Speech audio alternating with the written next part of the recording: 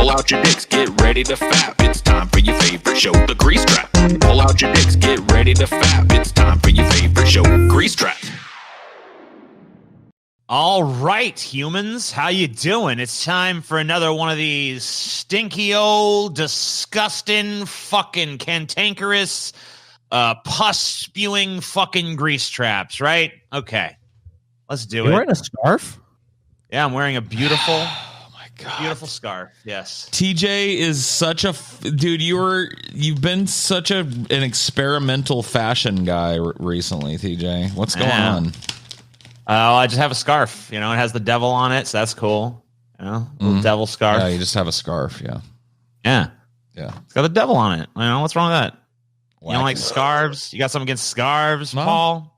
I like to scarf food down. No, it's just, you know, you show up with a fucking scarf on, and then you get all fucking hoity-toity when somebody asks you about said scarf, and it's just like the scarf was clearly designed to be noticed. Hoity-toity about it. I didn't say anything hoity-toity. Hoity-toity. You put on the scarf so that people would notice it, and then you act all fucking like we got something against scarves when somebody finally mentions that you're doing it. Like, why don't you just admit you put on the scarf so that people would be like, "Oh, TJ, what a positively quirky choice you've made today in your wardrobe. Oh, you're wearing a scarf. Yes, I am. It's a very cool scarf. It has the devil on it." It does. It's a nice It's really scarf. good. I mean, it's not a bad scarf. I'm not pooping on your scarf. I like your scarf. I'm just saying, like, you know, when you never wear a scarf and then all of a sudden one day you show up wearing a scarf, people are going to ask, like, what's with the scarf, you know? My neck was cold. I don't believe that. Hard I don't believe that to be the case. Huge bushy beard, dude. You got your whole beard coming down. Now you got something wrapped around your neck. Yeah. I felt like I was. I need. Are a you little worried more. about someone like stabbing your neck or something? Like that scarf has like shit lined on it, so it's like someone attacks you. Like, No. What? No. What You are? No. You're worried about ninja assassins cutting your head No. off. No. All you know what, right. TJ? I could be strangle On the you. spot. It's a good scarf. I don't know. What What is the most disappointed you've ever been by a TV show that you watched all the way through? Dexter? Me too. Same fucking answer. I actually didn't even watch Dexter all the way through, so I guess I can't really say. I Dude, bullshit. Then you can't say that. But I bailed on Dexter, and it was without my own qualification. Dexter is the most disappointed I've ever been by a TV show, and actually colored the reason why I don't get into every show that everybody's into and shit until it's been vetted.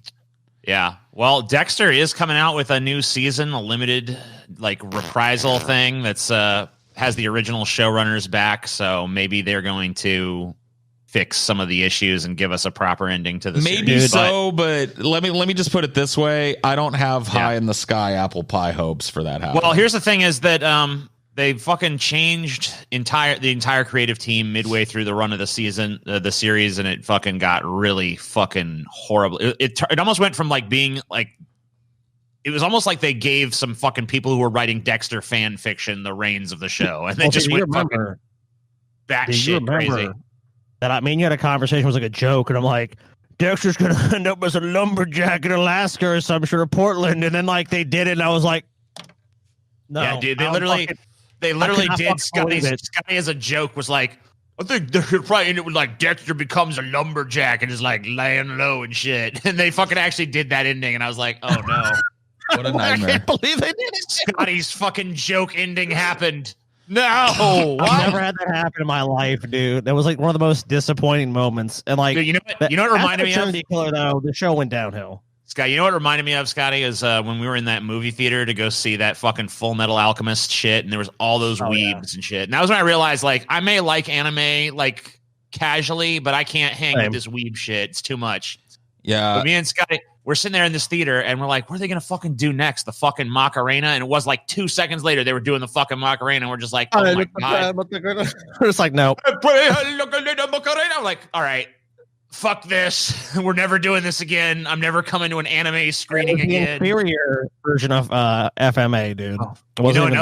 You know, another fucking thing I noticed going to that fucking weeaboo fucking shit. When I went to the bathroom, there was a huge line for all the stalls. No one was using the urinals because it was just everyone there was bladder shy. I was just like, all right.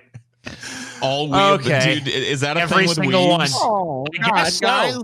Every single one. There was urinals and no one was using them. They were all lined up to use the stalls. Maybe they just all had a shit because they'd been like eating chips all day and shit. Oh, they were peeing in there, Paul. They were peeing. You think? Maybe they were all lining up for their turn to do coke in the bathroom. You don't know, TJ. That's true. Maybe them weebs were looking for that stall for a little privacy to do some coke in, you know? And you have them you have them totally mischaracterized. I would never, by the way, go to a premiere for an anime film. That's just asking like me to end up in a place with a bunch of people that annoy me. And it was in LA too, so like they had people like literally like, I know, I forget what the fucking guy's name is that voiced this character in Full Metal Alchemist. Like, I'm gonna call him up. I run a website called Philadelphia.com. Seems like it's just like asking to run into that guy, but for anime, you know. Oh, absolutely, it is. Philadelphia. No, do you know why I call it Philadelphia, TJ? Because it has to do with Phillies. Philly, you know, like a pony. Yeah, a pony. Gotcha. Great. Yeah. It would have been a way to meet like that guy times 100 with anime. Yeah, me and TJ went to that with like, we will see this animated film. What an experience that will be. Yeah. Immediate regret. We both laughed. We're just like, I like the movie. I mean, it wasn't great, but like I enjoyed it. But yeah, I would not go to one of those again, more than likely. I would go to like a screening for an older one, like Princess Mononoke or some shit. 'Cause I mean, I've seen it before, but it'd be nice to see it in theaters. Obviously not right now because COVID shit, but an older one I think would be okay. But a newer one, yeah, you're going to run to weebs. I will tell you this, that like I wouldn't as a rule like avoid a weeaboo con again though. I went to one of those and like, yeah, there was plenty of people there that fit that descriptor, but there was plenty of like, you know, average folks there too. And there was like a Velma cosplayer with big fat titties and a big fat number. Whatever, dude. It's the cosplaying chicks. Well, I'll be like, no, this is actually pretty cool. I mean, there were some hot ones there, but the only one I can remember in my mind was that Velma cosplayer. She just like walked up out of nowhere, and I remember I was sitting down. I was like, oh, and she saw me, and I walked over and I was like, Velma, can I have a picture with you? And she's like, yeah. It was pretty sad, honestly, but it was the closest I've ever come to. Why was it so sad? Was she just like really like not into like taking? No, she was totally cool about it. She was taking pictures with other people as she was walking by. So I was like, you know, yeah. So what was so sad? Was she just like? Was it because it couldn't be the real?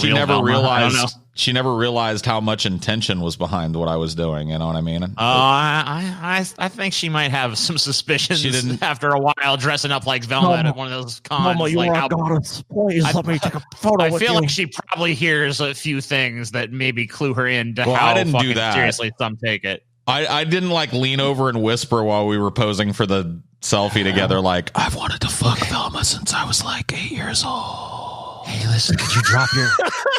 I want you to... Could you do the classic Velma bit where you drop your glasses and then you get down on all fours and look to pick them up and you just say, you can't find my glasses, oh yeah, just hike up the skirt a little. I wonder how many like lame ass pickup lines the Velma cosplay chick gets. Like 1,572 per day at least. Like, I've got a mystery you can solve. Hey, Velma, I think there's a clue happening here. You know what I'm saying? Yeah. But you can leave your magnifying glass at home. You trust me, you won't need it.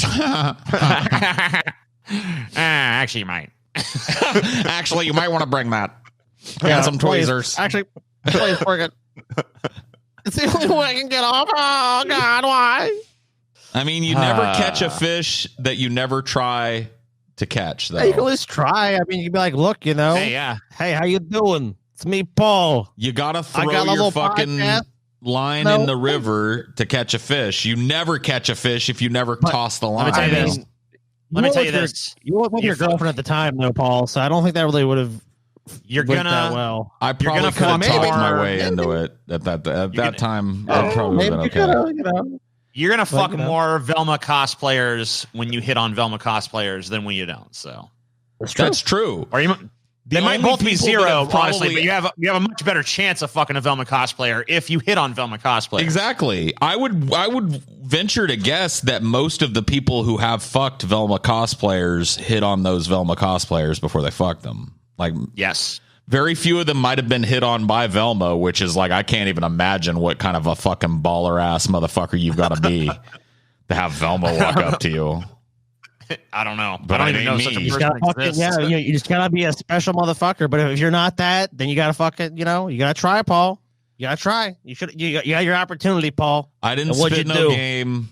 And what'd you do, Paul? You sat back and did nothing. I got a picture. You could have been fucking Velma that night. You could have been fucking Velma, but you didn't. I got a picture with Velma. Does that count? I ain't seen no picture. Does the picture even exist, Paul? Nobody knows. I showed it on an episode of DP back in the day. I don't believe that episode ever occurred. Never happened. It did. It happened. Well, you know what? I don't see it now. You see the picture, TJ? I don't see nothing. There you go. Didn't happen then. I don't see jack motherfucking shit. That does not narrow it down, Paul. I'm pretty sure you did do that, but dude, that's like, it was like what, 500 episodes or something. There's no way. I have to go look back through every episode. Which one was the more Paul brought dig, man? What can I say, man? Okay, that much. You're like an archaeologist that shows up at a dig site and goes like, "What? I got to get a shovel? I got to fucking dig this shit up? Fuck that! I don't want to see the lost city of fucking gold. Fuck that! Leave it buried." If someone wants to send it to me, I'm happy to look at it. But besides that, I don't believe it happened. I don't blame you, Scotty. I am known for my. I'm too lazy. I'm sorry. I'm a lazy guy. I don't doubt you. I don't think you're a liar, Paul. Yeah, I don't think you're a liar, but I don't have any proof, so I'm just too lazy.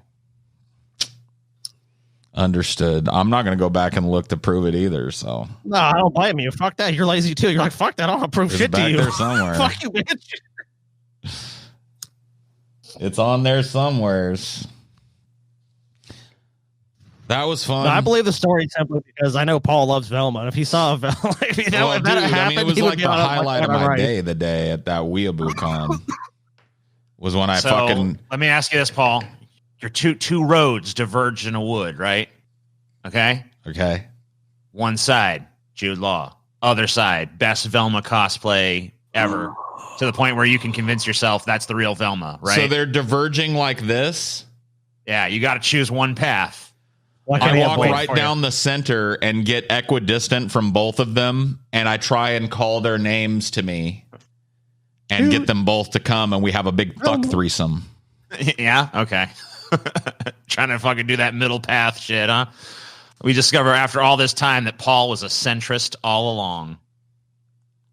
When it comes to fucking, I mean, like, dude, if he's got Jude Law on one side and he's got Velma on the other side, our hottest Velma cosplayer of all time, for Paul's standard, it's like, of course, you're gonna stay in the middle of the woods and go, Velma, Jude. I mean, are we assuming it's like an empty path, or like, are these paths way far apart? See, you need to specify these things. You need to say, like, look, you go one road, eventually you run to Jude. One road, you eventually run to Velma. So you have to make it indeterminate. You can't be like, hey, they can be right there. Didn't think about this, did you, TJ? I thought you were the master of hypotheticals. He's getting dusty. That's one of the ones you have to do, by the way. Well, I would not. I would never fucking allow that answer. I would fucking have some kind of like that's not allowed shit. But I didn't make that stipulation this time, so whatever. I'll let Paul do his little. I'll walk in the middle and shout both the names. Well, you know what? They just fucking frolic on down the road until those two paths reconverge, and then they fucking skip off hand in hand, leaving you shouting their names in the wilderness. So. Well, TJ, all I have to say about that is two roads diverged in a wood, and I took the one less traveled by, and that has been all the difference. Robert Frost, TJ. Yeah, that is Robert Frost. That's true. Deep, dude. Never thought about it that way, did you?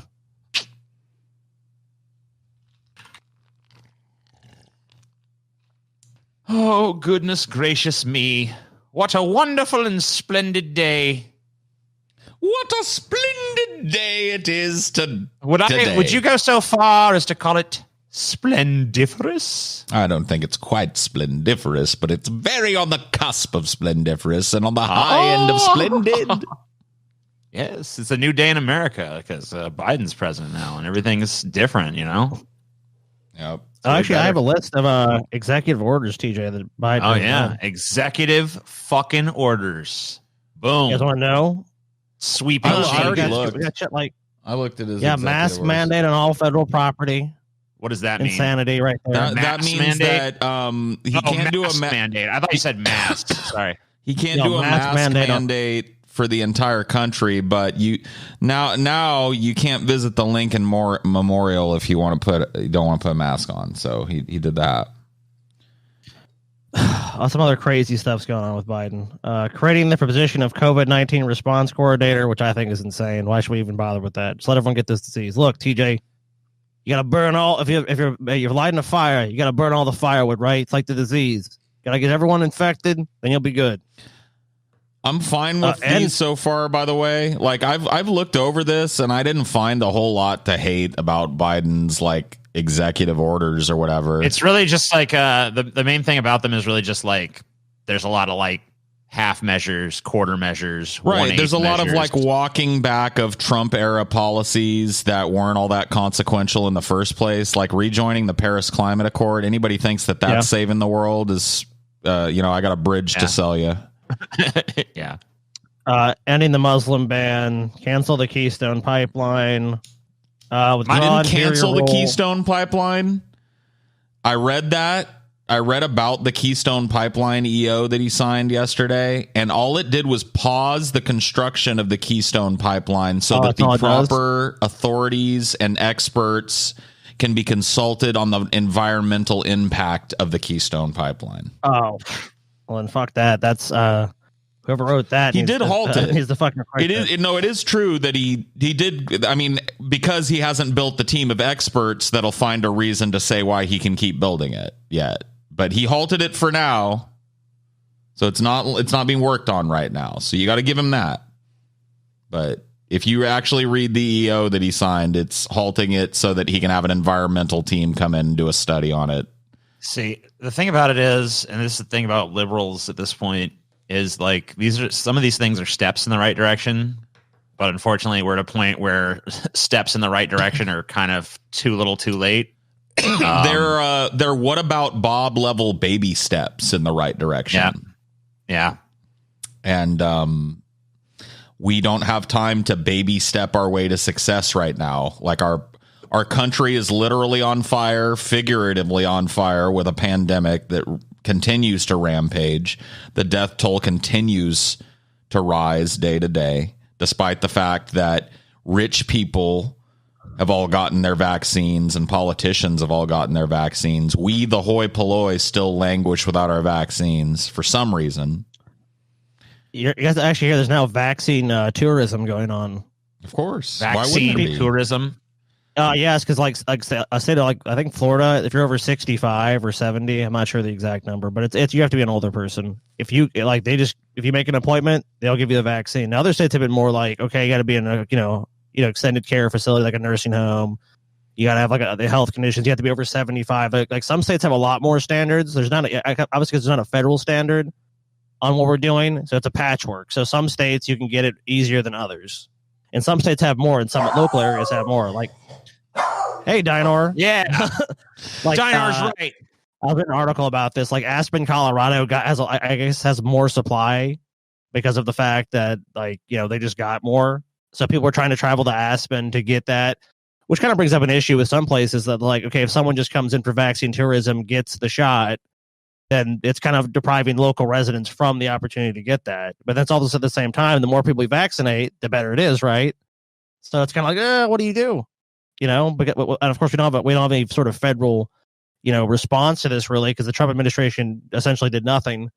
So we have like 50 different approaches essentially going on in this country about how we distribute this vaccine. And obviously most of these vaccines, you have to remember, it's not just one shot, it's 2 shots. So you have to come back and get another shot for it to be this 95% efficacy or 90% or whatever the fuck it is. So it's a really challenging way to vaccinate all these people, especially with the supplies being so constrained. And a lot of countries like Canada is begging the U.S. for fucking goddamn vaccines right now.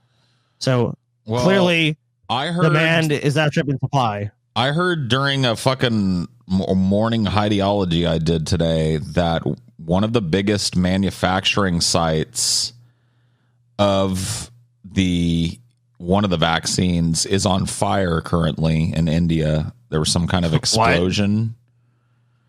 And one of the big manufacturing plants for the COVID-19, I can't remember which one it was that they told me, but I had a bunch of people go and verify this. So you can maybe try and find I'll look and see if there's a easily accessible. Let's see. Vaccine plant fire. Deadly fire at massive Indian plant cranking out Oxford's COVID vaccine. CBS News. This happened in New Delhi. There you go. 5 people were killed by a fire that erupted at the sprawling complex of the Serum Institute of India, one of the world's biggest vaccine-making facilities, which is currently producing millions of doses of the Oxford AstraZeneca COVID-19 vaccine. Great.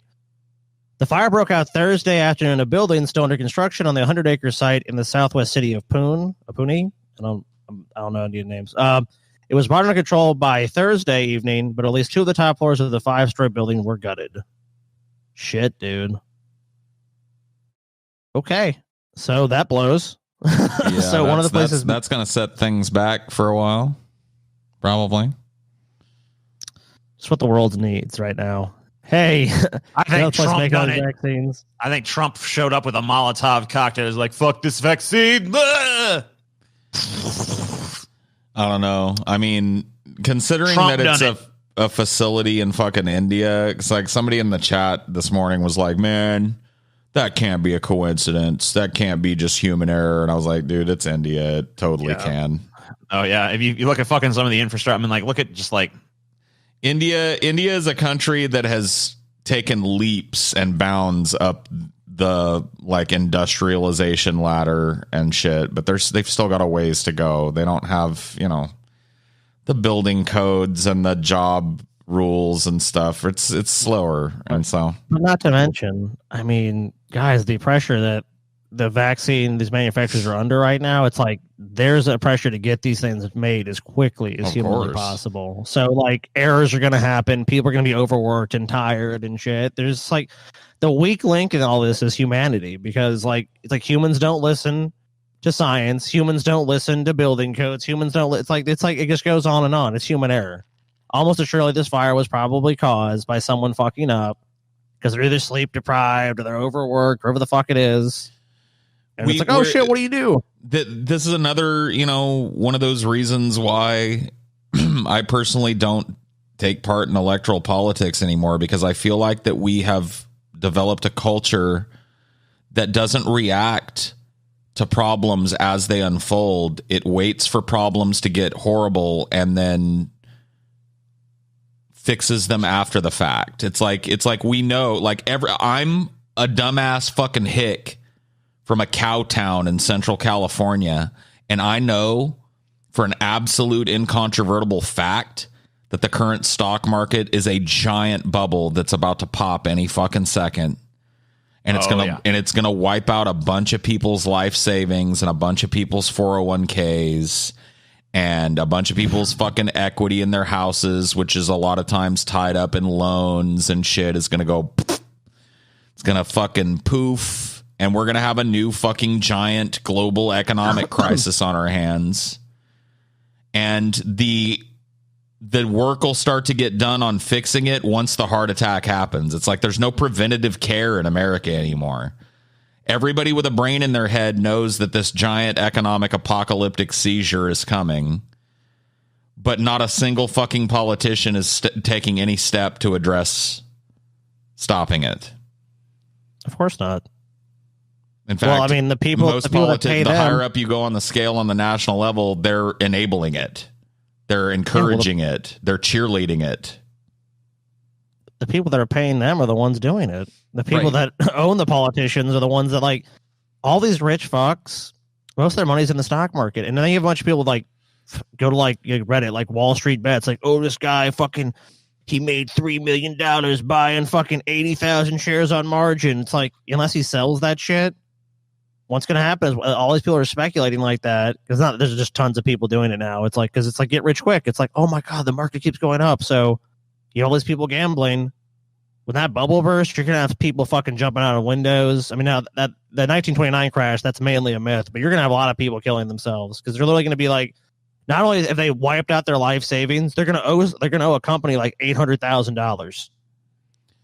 not gonna be able to pay that. Most people like if you've lost millions and you owe $800,000, you're fucked. Most people are like, my life's over. At some point, the government will have to give something like a bailout to people, but it'll be so far down the line, and there'll be so much suffering between now and then that what the people accept as a bailout will be so reduced.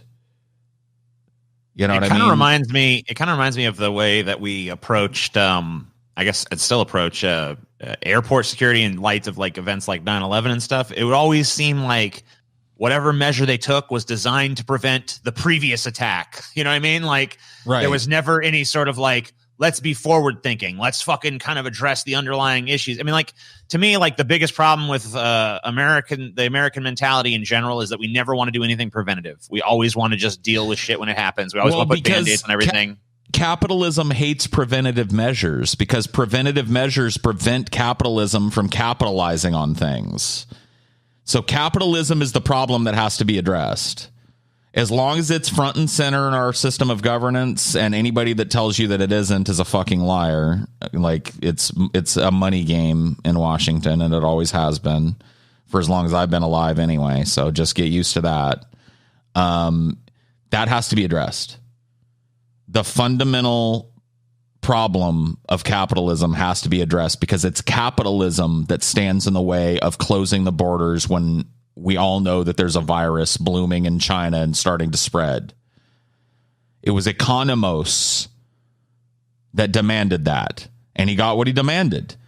He got 2.5, maybe even close to 3 months of America operating like nothing was going on, while slowly but surely a deadly virus was infecting us. By the time we closed anything, it was reactive to a giant outbreak in multiple parts of the fucking country. And it was too little, too late. Just like everything. It was Washington State.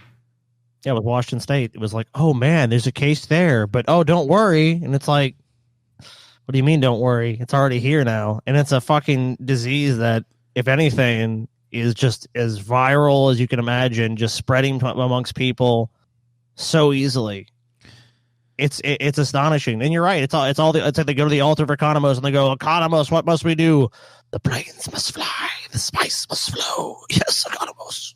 I mean, it's just because it won't allow for us to be preventative. Preventative medicine is something that most people don't have access to. Do you think that's not by design? There's money to be made in you getting cancer. There's money to be made in you getting heart disease.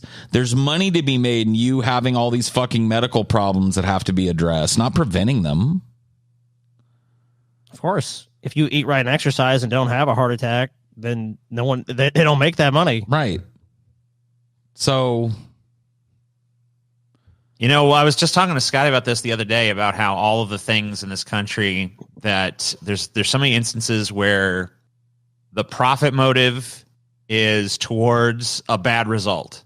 And it's like, if you fucking have a ultra capitalist system where you fucking create profit incentives for bad things to happen, of course those things are going to happen. If you make it someone's business model for people to be sick, then people are going to be sick. If you make it someone's business model for people to be imprisoned, then people are going to be imprisoned. See, I don't don't see business model for a company to fail, then a company is going to fail. I mean, like, when you create a fucking incentive where like someone's getting rich off of the bad thing happening, then that increases the likelihood of the bad thing happening. That increases the likelihood of lobbyists being created to make sure the bad thing keeps happening, you know? Here's the problem as I see it, and I think this is a disagreement between you and I. You're for kind of a restrained capitalism, and I'm for the abolition of capital. Well, I think that, you know, it probably should be abolished, but I mean, I think I don't know. I think there's probably a transitional form along the way. I don't believe society could actually handle the. I don't think we could handle it if tomorrow was like capitalism's over, folks. We're on. Yeah, that would be now. I think that would be chaos. I think that would be disastrous. But I do think ultimately. I don't know. I feel like, at the same time, though, I do feel like the same ticking clock that you do. So it's like, well, the transitional form can't be that long. It has to be a pretty quick transition. It's not even going to happen. There won't even be an attempt at a transitional form. Yeah, it's just going to be the robber barons forever. And then when the whole thing collapses, they'll go hide in their underground bunkers. No, they'll come to us with their hands out and ask for our labor and our time and our lives again, and we'll give it to them because we have no choice. And then it'll happen again a couple more times, and then the ecology will collapse out from under us, and that's really when the shit's going to hit the fan. That's my take on it. Mom's going to fix it all soon. The next economic collapse, it's going to fuck over a lot of fucking people, but just the plebs, just the normal folk. There's going to be a bunch of fucking rich fucks that get rich off of it, and a bunch of companies that come with their hand out that are engaging in risky behavior on the fucking stock market right now and have a ton of their worth wrapped up in fucking stock buybacks or whatever the fuck it is this time that bites us in the ass. It's all going to collapse, and they're going to come to us.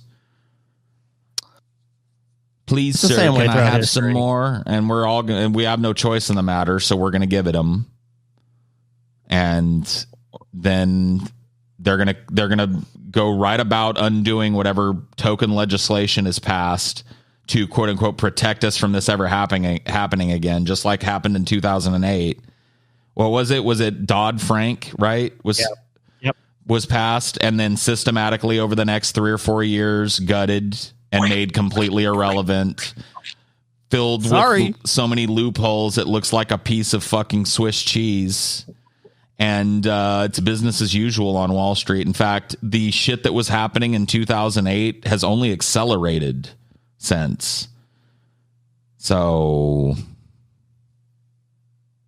nothing to see here. No need to worry. Why would you be worried and it's like about there's no plan. You don't hear a single fucking politician at the national level giving any kind of lip service to this other than Bernie Sanders, who was unceremoniously scuttled twice in a row. And anybody that I hate these lib fucks that come to me and go like, Bernie lost. It's like that's like watching a fucking game. That's like watching a fencing match where right before the match starts, somebody comes out with a fucking club and breaks the knee of one of the contestants, and then they go on guard, and like the other dude wins, and you go like, dude, quit being salty about it. The fucking Bernie lost. It's just like, shut the fuck up. So you're telling me there was no coordination in all of these lib shit nothing candidates that all had a little sliver of the pie, all dropping out Monday before Super Tuesday and endorsing Biden. You're telling me there was that just all spontaneous? They all just picked the same day. Here's the day that we're going to do it, and Biden's the guy that I selected. What a random thing that everybody but Bernie did that on the same day. What a fucking joke these people are that are telling me there was no collusion, there was nothing going against Bernie. You think I've forgotten the bullshit that went on during the primaries where Buttigieg looked like he fucking won? The one fucking person who would have maybe had some fucking cross appeal with Bernie, Elizabeth Warren, because she was the second most progressive person running. Snake. The only one who fucking didn't drop out and conveniently split that progressive vote and was taking money from Republicans at the time. Very interesting. That fucking fact. Warren, dude, the same thing always happens. Anyone that studies history knows this. Even if you get the people in power by the balls, they will cut whatever deal they have to cut at the time. Like, oh, yeah, we did wrong. We're so sorry. And then you're right, Paul. The minute they get their power back, they just go up business as usual. So what's the incentive? Yeah, if you're going to buy the balls, they will listen for the minute. It's like, oh, please, I'll do anything. Give me a bailout. I was talking this shit back in like 2010 and shit when I made my videos, but I was talking about how absurd it is that breaking the law is part of doing business in this country now. It is. What happens is for on the top end of the scale, if you're a big multinational, multi-billion-dollar if you're corporation, pop, you might end up actually getting busted. You get popped. Yeah. You pay a fine. You're able to pay that fine with absolutely no interruption to your fucking cash flow because it's completely and utterly tiny in comparison to what you make every second of every day. And then you go right back to breaking the law. You go right back to doing whatever it was you got caught doing because, hey, well, now we paid our get caught tax, so they ain't going to look at us for a while. Start fudging the numbers again. Start misstating profits again. The game is fucking so rigged. There's not time for us to do this transitional form. This is not a Pokemon evolution game, and we ain't got time to wait for fucking Bulbasaur to turn into fucking Bulbatank or whatever the goddamn next evolution is. Bulbatank, yeah. I love it. Bulbasaur. I mean, yeah, you're probably right, but look, all we're discussing right now is a pipe dream with us anyways. We all know that the system is just going to keep going and grinding everyone down. And here's how we get to the utopia, guys. And that's how we do it. Now, tell me I'm crazy. Why don't we, don't you think it's incumbent upon people that actually see this coming? Because we're sitting here talking about it like it's a foregone conclusion, but we're still at each other's throats and spending all this fucking time and political energy and personal energy engaging in electoral politics and arguing about what's good and what's bad and what level of incrementalism is good and blah, blah, blah. Like, shouldn't we be focusing on what happens after the coming collapse that we all see coming at us like a goddamn Mack truck? Yeah. We're all staring at it like a deer in the headlights and going like, well, maybe Biden. And it's like, and we're like, maybe Kamala will fucking, I don't know, maybe she'll stop being an evil vampire corporatist bitch. Maybe that'll push people left so that after the next Trump, we can get a Bernie. We ain't got time.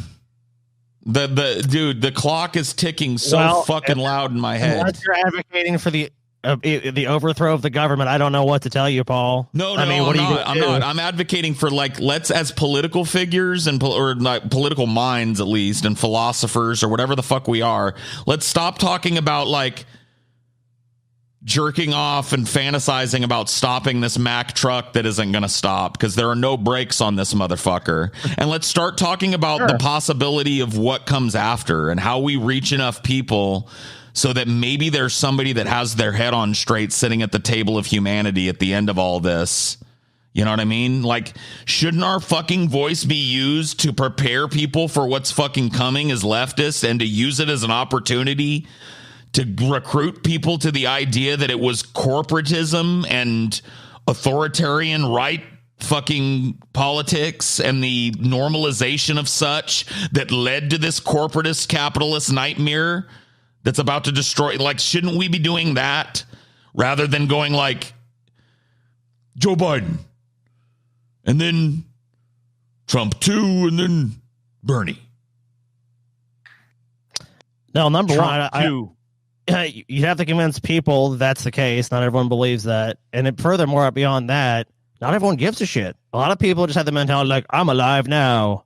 Well, fine. That might happen 50, 100 years from now. I'll be dead. Who cares? I don't think they got 50 years at this point. But that's the mentality people bring to it. I'm not saying it's going to actually be that long. But if it's not happening today, what we're talking about, it's a proactive approach, is what Paul's talking about, versus a reactive approach. And humanity thus far has been reactive. This comes back once again to the whole fucking thing about never being able to take preparatory measures, never being able to fucking head the problem off at the pass. Let me just say, I agree with you, but I'm a cynical Let's react when it happens. Let's react when it happens. When the fire starts, that's time to put it out, right? It's then the building's on fire and it's going to burn the fuck down, bitch. The building's on fire. Someone go get a fucking fire extinguisher. Quick. Shouldn't we have already had one of those? Well, we don't. Go get it now.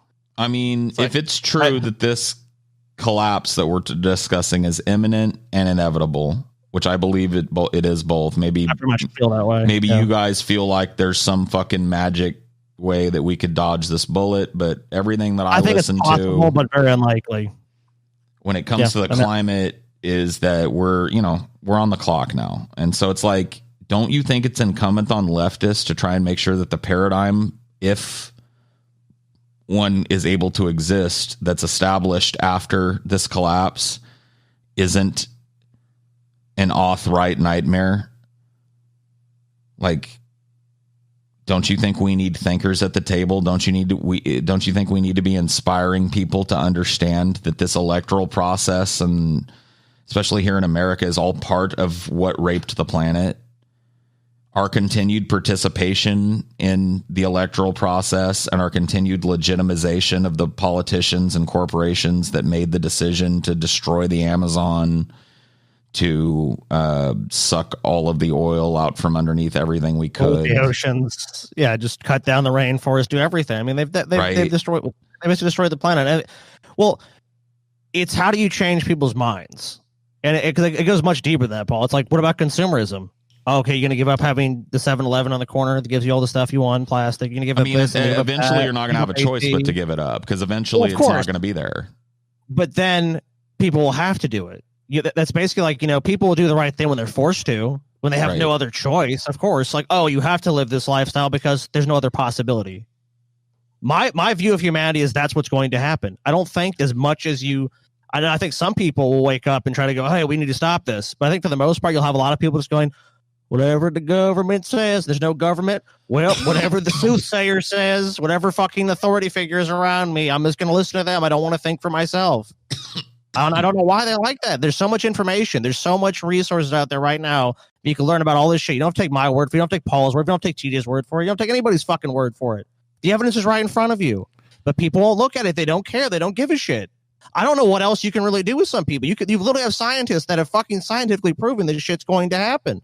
Like, all these ice caps are going to melt. We know for a fact, even if we stop today, even if the industrial world would poof, it would still happen. People need to hear it differently, in my opinion. I mean, this is really my last little string of hope that keeps me moving forward, and really the operative kind of idea behind my political philosophy is to try and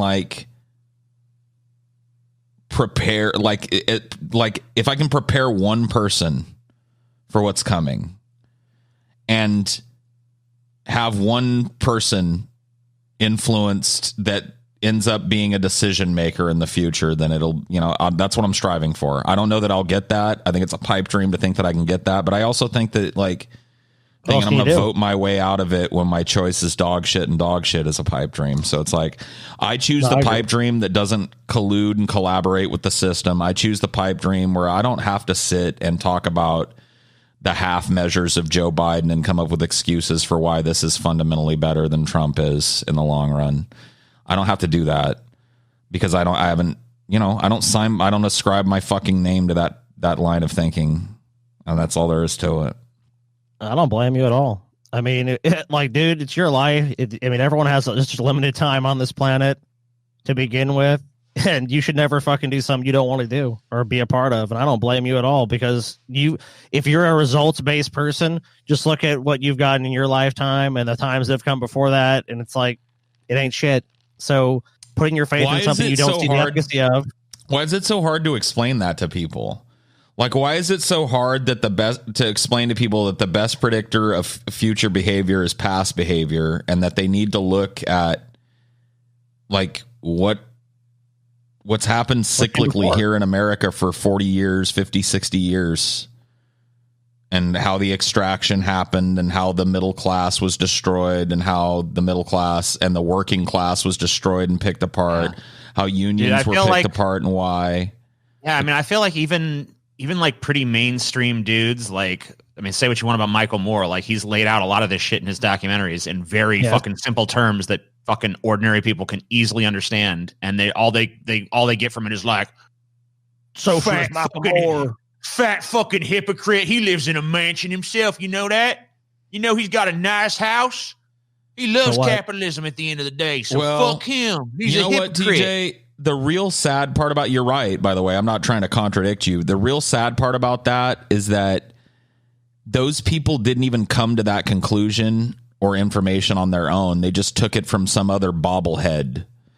That's the real sad thing about the world, in my opinion, and political discourse and philosophical discourse, is that so many people are dependent on having a figure who they parrot rather than coming up with their own fucking ideas and learning how to defend it in their own fucking terms. So many people need to have someone to parrot. and be the foundation for their fucking beliefs, that they can't even really have their own beliefs. They don't know how to question shit anymore properly.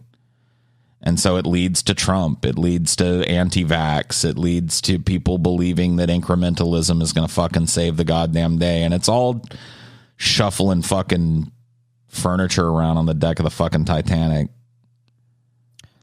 Well, and if we look at electoralism, like that's only about half of the electorate that even believes there's a problem. The other half is like, is not only shuffling the furniture, they're saying the ship is fine. Did we hit an iceberg? No, we didn't. This is growing great. Why is that band playing? Why is half the other the side of the boat panicked? I don't know. Yeah, probably. You know what? These fucking liberals, they're out of their goddamn minds. The planet's gonna be fine. It's been here for thousands of years. Did you guys see some of the fucking rank Biden worship that was going on Twitter and on social media and shit yesterday? All these like, of course, like shit. Like, did you see what Jim Carrey posted? No. Dude, do you want me to read it to you? Yeah, go ahead. All right, I won't put it up on screen, but I'll just read you what Jim Carrey posted on his Twitter yesterday. I pledge allegiance to Joe Biden. Here you go. And this is the type of sentiment that I found, and like not everybody was doing it, but a lot of fucking people were engaging in this shit. Here's Jim Carrey. I wept with joy and relief this morning. It seems democracy is meant for people who dare to love after all. Oh, and if you're wondering why a mango kills the witch in my last tweet, I believe it was the sweetness in human nature that defeated that man. Uh-huh. I pray that soon more and more of us will see how deeply gratifying it is to win the game by playing fair. Oof. Oof. Big oof. What? Man, okay. You did a big video on... I had some cringy ass tears of joy when Obama got elected. I thought, like, wow, this is a historic moment. Wow, big, because we all fell for that shit. I mean, at least I did. I guess I don't know if Scotty did or I think you said you did too, Paul. The Obama hype. I don't think I cried. I mean, I shed some tears. I was like, wow, this is fucking a big historic day for America. It turned out it wasn't really. I mean, it was a historically shitty day for America. Yeah, in retrospect, yes. But fucking for Biden, like who fucking like, oh my God, that just Jim shows Carrey how fucking wept open tears of joy and relief. Talk about fucking privilege, right? Yeah. Talk about not being troubled by a goddamn thing. Yeah. When you can weep in relief because Joe Biden just took over, or have any kind of relief. You gotta be a multimillionaire if you're experiencing anything like relief because Joe Biden took over. Yeah, Joe Biden. I'd be happy with Joe Biden too if I was worth 150 million. You know, Jim Carrey, that's his net worth. So yeah, I mean, I think for someone who's rich like him and powerful and well connected, yeah, it probably is a great day. Like, wow, this is a great day for our country because the country has largely benefited you. It works for you if you're in that 0.1% or whatever Jim Carrey is. He's obviously extraordinarily wealthy. It's great. Oh man, things are going back. Oh yeah, back to normal. Now I can go to the White House again. This is wonderful.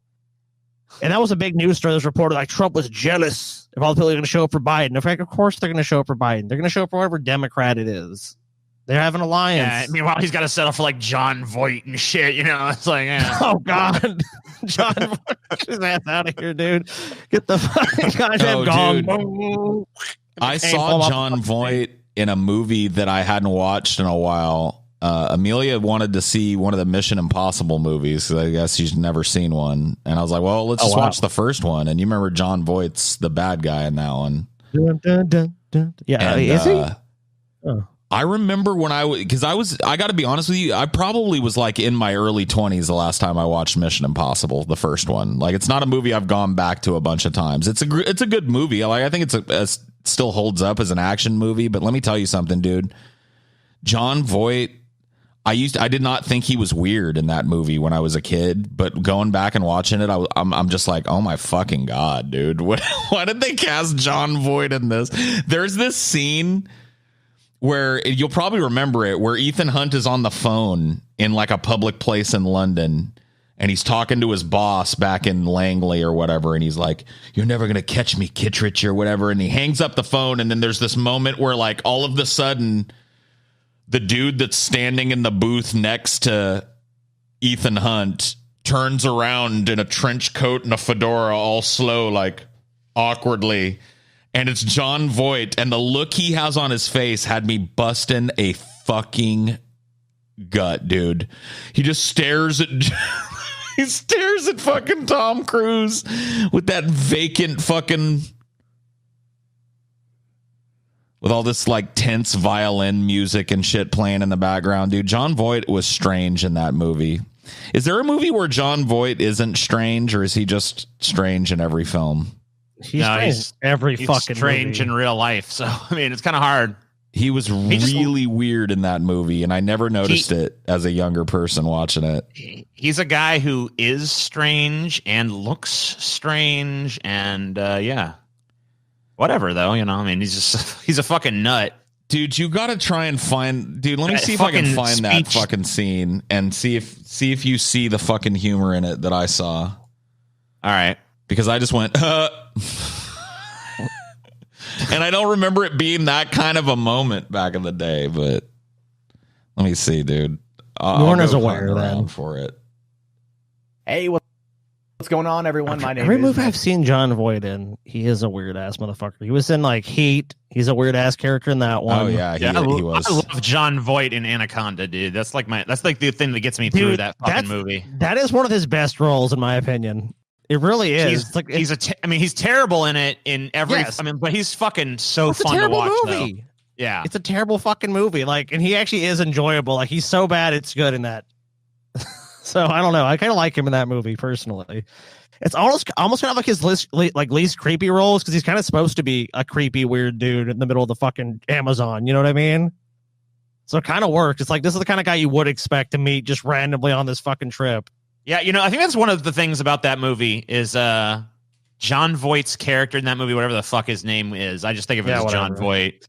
He's so greasy looking. He's so fucking scummy that it's, I don't know. He just works because he really just does seem like a fucking no morals river rat who's out there for fucking some, what is he wants to catch the snake or whatever the fuck the goal is. Yeah, for money. Yeah. Why does he smile like this though? That's how fucking river rats. That's the river rat smile, dude. That's how river rats do it. I didn't know. Yeah. Okay, head on out of the Amazon sometime. You'll find out. It's like a frown smile that he does. Yeah. Hello. Yes. And whatever. He has some weird like Swedish accent or some shit. I think it was supposed to be like a South American Colombian accent or something. It's like he's like what the fuck was he doing in that movie? It sounds like a blend of like Russian, German, Swedish, and with a little bit of Latin American thrown in every once in a while. It's a really weird accent. I fuck you up, Paul. I fuck you up.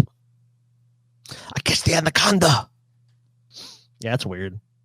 He's a weird fucking dude. He's just it's like one of those people like Christopher Walken or Al Pacino, just like us, these really eccentric types that just the Hollywood loves and will cast them as endlessly as character actors. I mean, back in the day, leading men, but you know, now character actors primarily. Shit, Al Pacino did the fucking horrible Jack and Jill fucking Dunkachino shit. Dunkachino. Have a little bit of my whipped cremo. Dude, maybe we need to do a battle of like the weirdos. Like we have like Christopher Walken, Al Pacino, Jon Voight. We put them all head to head, man.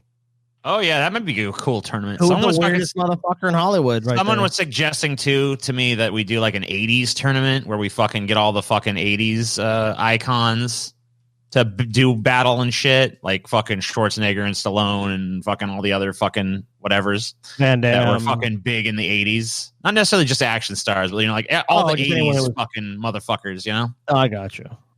But I don't know. I Reagan don't in there know. and shit, dude. Reagan. Yeah, could be Reagan. fucking Reagan could be in there. Reagan? making back room, Yeah, get Reagan up in there. Reagan was backroom fucking deals, Paul. Like they might Super be 80s and about shit. to fight, but Reagan fucking paid some other government to come fucking bomb your ass or some shit. It's like, oh, I didn't think about that, did you? Not gonna get his hands dirty. Reagan didn't do nothing but eat jelly beans the whole time he was in office. What's he going to do? Throw jelly beans at me? Maybe. Maybe you'll slip on one. Oh, shit. Broke your fucking back. I think that Celebrity Deathmatch needs to come back in a big way. You guys remember that show? That was a good show. Fuck yeah, dude. Manson was like the champion of that show, so me and TJ loved it. Yeah, nobody could beat Manson in that show. Yeah, that's true. They did have my mentality on that one. They're like, Manson always wins. Killed Charles Manson, killed Hanson, killed someone else, I think. I can't remember who else he fucking killed. Oh my God, I remember that fucking, there was an episode where Hanson tried to get revenge on Marilyn Manson, like, because he fucking had cut down the rigging with a chainsaw and smashed them all. And so that they came back because the deaths were never permanent in Celebrity Deathmatch for whatever reason. And so they come back and they try to like, we're getting revenge on you, Mr. Manson, or fucking they lose control of the chainsaw and end up like chopping each other into pieces, and their body parts just rain down on a confused Marilyn Manson. He's just kind of like looking up like, what? And then the chainsaw falls and he uses it to fucking autograph the ring. Celebrity Deathmatch was awesome. Yeah, dude, it needs to come back, but it needs to include politicians and shit too. Oh yeah, that'd be fucking dope. So just call it Deathmatch. Dude, can I tell you the tweet that I managed to hold back on for the last 4 years? You sure you want to release it into the world? Yeah, I think it's okay now that he's gone. All right. So for the last 4 years, I there was probably at least once a month I typed out this whole tweet, looked at it, thought about it, and then deleted it. You know? Right. That happened multiple times. And the tweet was, where's John Wilkes Booth when you need him? And I never posted it. Yeah. Because I didn't feel like enduring that. I don't think I would have fucking... Yeah, that would have at least got you a visit from the Secret Service or whatever the fuck. Yeah. So yeah. But yeah. Oh, shit. You know. He's dead, so... He's not here. I guess you can't get in trouble for not saying it and telling everybody that you didn't say it. So maybe that's how you should have done it. Be like, I will not post, quote, where's John Wilkes Booth when you need him, unquote. Yeah. I refuse. But Trump's not president anymore, so whatever, you know. I don't think I'll have the same vitriol towards Biden. Maybe I will. I don't know. We'll see. Where's John Wilkes Booth when you need him right now? Yeah. Where is he? I need some acting Come on back, lessons. John. I need some acting lessons. What? I wasn't talking about. That's true. I wasn't talking about anything violent. I want some fucking acting lessons. He was an actor. You know, he knew how to do his thing on the stage, and I need some fucking advice on playing somebody from the time period. Don't infer a bunch of shit into what I said. That's how you could have played it, TJ. You could have immediately tweeted it, where's John Wilkes Booth when you need him, period. And then right underneath it, the next tweet, you know, just be like, oh my God, you people are taking this the wrong way. I'm trying to develop an acting skill, and I'm thinking about writing a character from around his time, and he was a good actor. And I'm just being like, I would like to ask him about acting. Like, why do you assume? Oh my God, I would no, it's not for that. I just need him, you know, for advice. Oh, I'm sure TJ would have been believed with that explanation as well. People would have totally been like, dude. Oh, yeah, TJ, that's why you wanted to say it. Of all the actors in the world, John Wilkes Booth is the one that you need to talk to. I see. I think it's a valiant effort, but I think it'd fall well short of convincing anyone that the tweet was not the intention of it. You think? The FBI would have been knocking on your door, TJ, or the Secret Service. TJ, Mr. Kirk, some interesting tweets you put out into the world. Now, ultimately, there's nothing in that tweet that states anything untowards. There might be some implications to it, but you know. Oh yeah, so ever so slight because implication. what would you need John Wilkes Booth for? I mean, how else? What's the interpretation? The one that I put forth, like you want him for acting class? I'm just saying where, I mean, like maybe I need him around for some things, and maybe he needs to do some stuff around my house or something. I don't know. Yeah, where's Hitler when you need him? I need somebody to fucking clean my sheets and vacuum for me. Right. I mean, I think Hitler would be a good maid. I mean, I want to dress him in that sexy little maid costume and fucking have him fucking clean my balls, Yeah. Sure. That's why you want Hitler around. Where's Pol Pot when you need him? All right. So, yeah, I guess the implication is pretty clear, but, Sure. Whatever. I mean, you never did it, so. I mean, on one hand, it does kind of suck that you can't make a tongue-in-cheek comment like that. But on the other hand, I kind of see how, like, they have to be because, like... Right. I mean, you can't, whatever. How do they judge your intent? How do they know you're not some guy that's over there with, like, some kind of fucking shrine to Trump that, with lipstick all over it with red X's and shit, and you're just counting off the days, They don't know how to, and there's people like that out there. So I think we got to take a fucking hard stance against threatening political violence. Yeah. I don't know. As much as I don't want to, because I would love to fucking talk about the guillotines all the time. And I've done it a few times. I've let myself lapse into guillotine talk a few times, but that's the one I have to repress. Remember, Kathy Griffin held the head up. That was one of the big controversies, like early on in Trump's presidency. Oh my God. And everybody shit their pants. She must apologize now. Dude, fucking Kathy Griffin, she might have pushed the envelope a little bit and but like she caught way too much shit for that shit. That was actually kind of fucking dope. I mean, it was like, she's a pretty shitty comedian and everything, but like that was a pretty cool fucking little publicity stunt. I think it was kind of neat. Oh yeah. I don't think it ended up working out very well for her though, because I haven't seen nor heard hide nor hair of Kathy Griffin since then. So yeah, I guess even when the president's Trump, you still can't get away with that kind of shit too much. Yeah, I guess so. Unfortunate, but true. And encourage insurrection. You can get away with that. That violence is fine. Having a little fake wax head going, fuck this guy. Nope. You're gonna be gaffled up. Of course, dude, my favorite thing about those the protesters, a lot of them are anti-maskers. You think if they had worn a mask, it'd be much harder to identify them. Just think about it. They didn't do it though. They know all the they're the ones that preach like the government knows all this shit about you. They can track your cell phone. They know what your face looks like. They have facial recognition software. They got all this shit. Shouldn't you motherfuckers have masked up? I'm not saying that obviously they can still find you, and they did. I mean, other people, they brought their cell phones, they took pictures, they had a bunch of evidence, of course, against them. But it's just interesting that when you have the party like that they're just so ignorant to the things they're saying. It's like, if you really believe that we live in a surveillance state, when you made every effort to be anonymous, if you're gonna do some fucked up crazy shit, well, I guess maybe they thought they were going to win. So there is that. There is that indeed.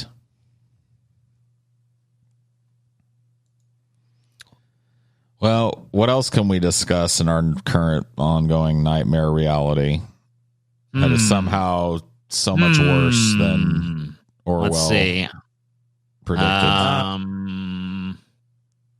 We don't have a Soma ration yet.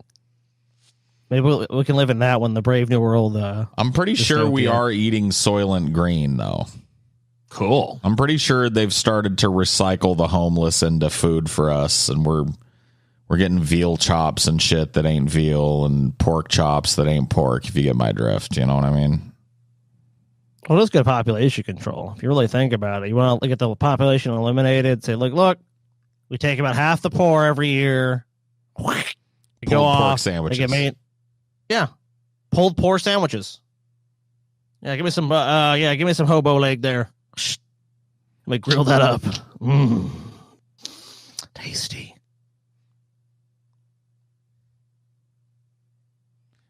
Turning TJ. I can show you guys this weird fucking skyscraper. What?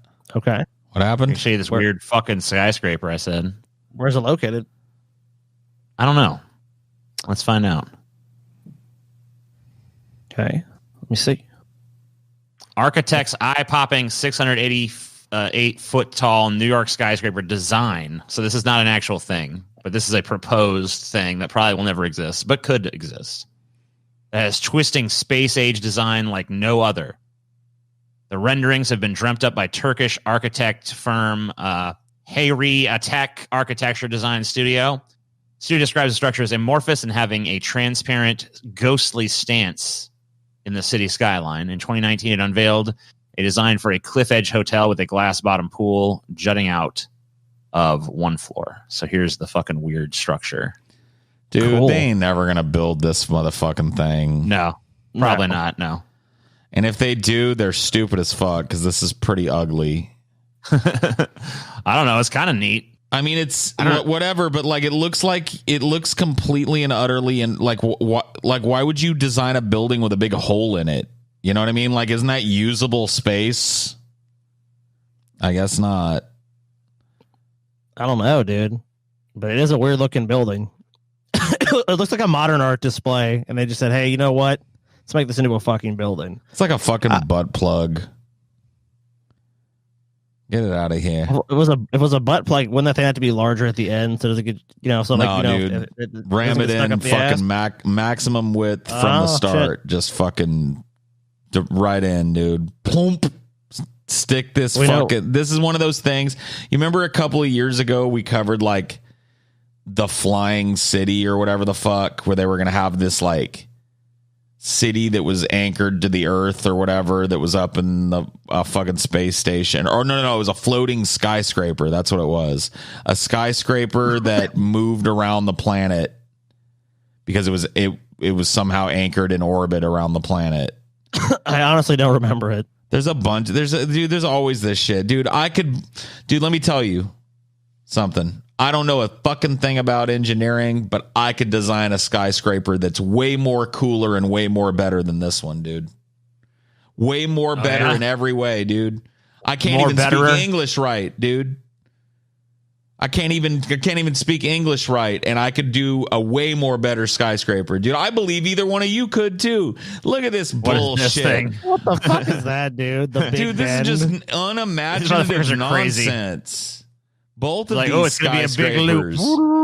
What would you even do here at the curb? You know, like, what are you gonna do there? Yeah, you just got people like living on a fucking extreme angle and shit. Like, well, being up high is cool, but man, they really ought to charge us less for these rooms because it's like attic space in here. It's ridiculous. Just the fucking fart sniffing conceptual shit that's possible now to be like rendered. It just makes everything fucking horrible. It bends. No, dude, I'd make a big old dick. Like this looks like they were going there, but I would have a full blown dick with big old balls. The balls would be like different, like common green areas inside, where you could go and like chill in the park.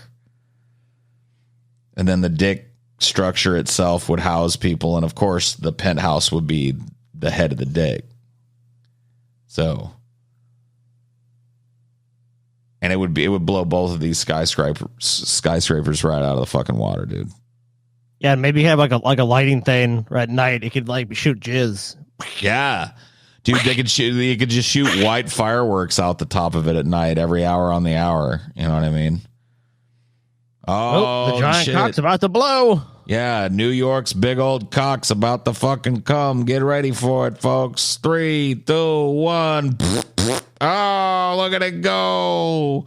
You know what I mean? Oh, dude, Paul, imagine New Year's Eve. They can, instead of dropping the ball, they drop the load. 3, 2. Yeah. Drop the load. They're all covered in jizz. Oh, yay. Happy New Year.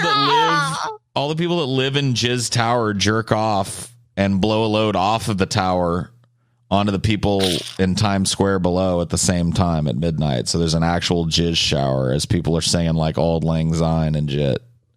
They have a fucking jizz hose. Oh, they're getting blasted with the jizz hose down here.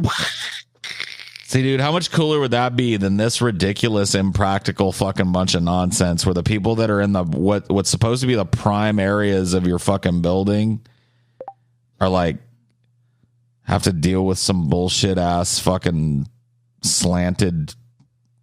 It's a fucking paperclip, dude. It's the paperclip fucking goddamn skyscraper. Who wants to live in a goddamn paperclip? That's a good point. What kind of reminds me most of. What kind of building would you design, TJ? Yeah, I was just saying I mean, if I was gonna design, like, am I designing a skyscraper or am I designing like just a building for myself, or like what am I doing? No, a skyscraper. Duh. Like, what are we talking about here? Well, you just said building, so I wasn't sure. Well, that's what I meant. Like, a skyscraper is a building, but we're looking at skyscrapers here. I don't know. I'm pretty uncreative, I guess, because I just keep seeing like a big box. I'm just like, isn't that just like the best design for a skyscraper? Like, you can get cute with all this bullshit, but like at the end of the day, like, isn't the box just the best fucking actual design? No? Am I wrong about that? You're close. It's not the box, TJ. It's the cocks. The cock is the natural. It's like nature's sturdiest design. Pee is stored in the balls. The cock itself stands out, proud and erect. It's not the box, TJ. It's the cock. We've just had this taboo in this country against cock-shaped buildings because we're all sexually fucking frustrated here. Oh, guys, I'm saying a design. You have the big box, TJ, but then you incorporate in the middle of it is the giant cock coming out of it, rising to the heavens.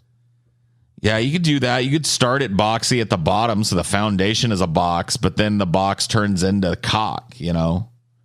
But I would just rather the bottom just be two big round buildings. Like the Epcot Center is one ball.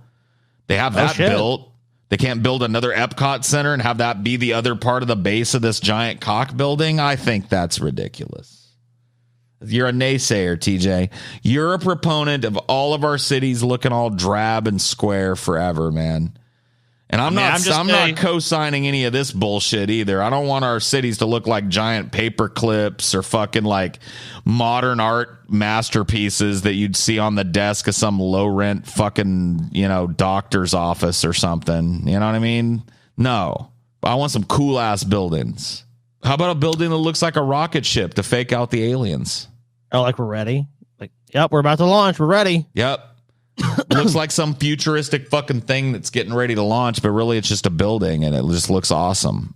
But the aliens, when they fly over, they're like, oh shit, look at that battleship that they got. We better get the fuck out of Dodge.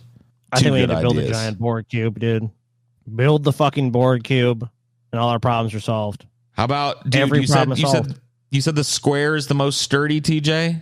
How about a gorilla shaped fucking building?